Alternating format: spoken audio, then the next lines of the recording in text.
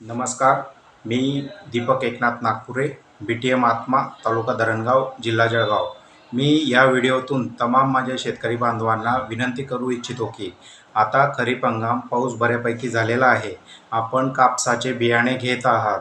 स्वस्तात किंवा STBT बियाणे घेण्याच्या नादात पडू नका, कारण स्वस्तात काही एक भेटत नाही.